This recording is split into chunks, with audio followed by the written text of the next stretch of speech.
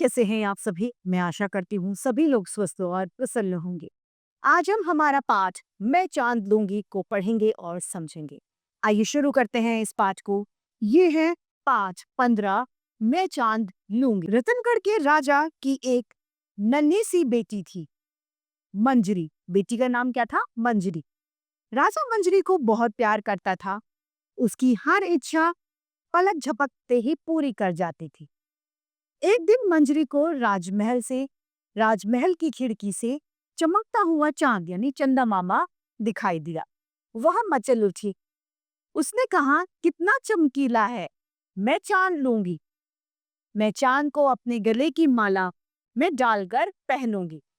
राजा ने कहा, बेटी चांद नहीं मिल सकता, यह असंभव है। असंभव मतलब नामुमकिन है।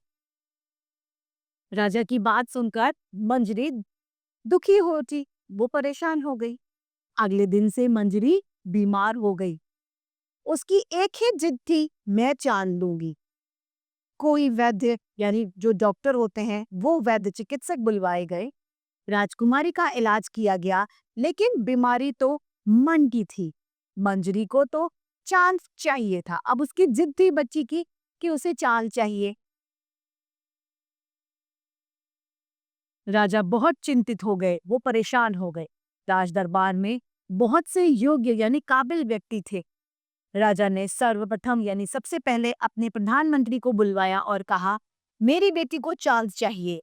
कोई ऐसा उपाय है जिससे उसे चांद की जैसा कुछ मिल सके? यह असंभव है महाराज। भला चांद को कैसे कोई दूसरा क्या कर सकता है? राजा का मन खिन्न हो गया यानी टूट गया। उसने मंत्री को तुरंत जाने का आदेश दिया और कहा, जाओ सेनापति को मेरे पास भेजो। सेनापति राजा के पास पहुंचे। राजा ने उससे भी कहा, मेरी बेटी को चांद चाहिए, क्या तुम चांद ला सकते हो? जब तक उसे चांद नहीं मिलेगा वह बीमार ही रहेगी। राजा की बात सुनकर सेनापति के मस्तक पर पसीना यानी सिर पर पसीना आ गया। थोड़ी देर बाद वह बोला, महाराज, मैं दुनिया के किसी भी कोने से भी वस्तु ला सकता हूँ, लेकिन मैं चांद नहीं ला सकता। वह तो लाखों मील दूर है, वहां जाना असंभव है।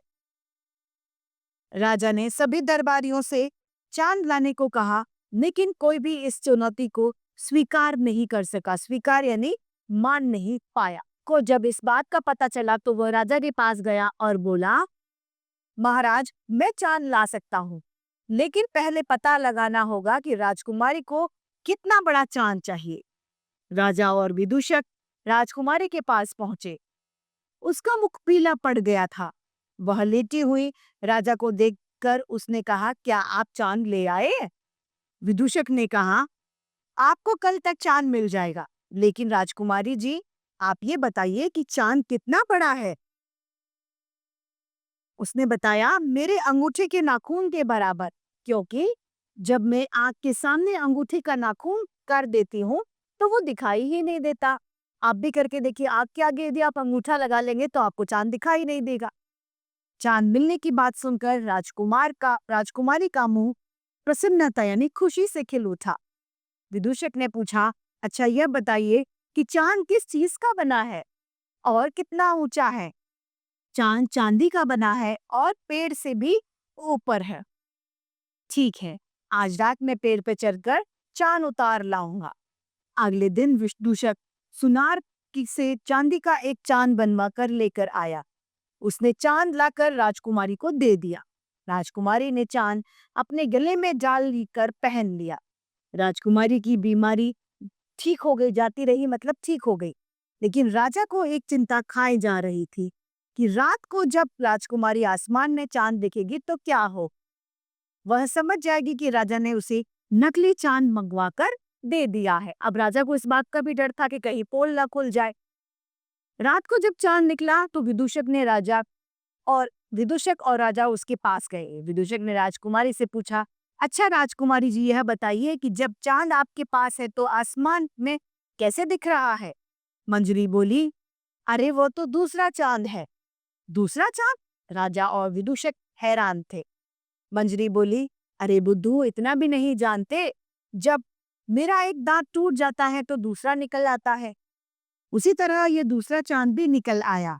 यह सुनकर दोनों ने राहत यानी चैन की सांस ली और वहां से चले गए। अब दोनों ही निश्चिंत हो गए थे कि अब राजकुमारी से किसी प्रकार का उन्हें कोई भय नहीं था।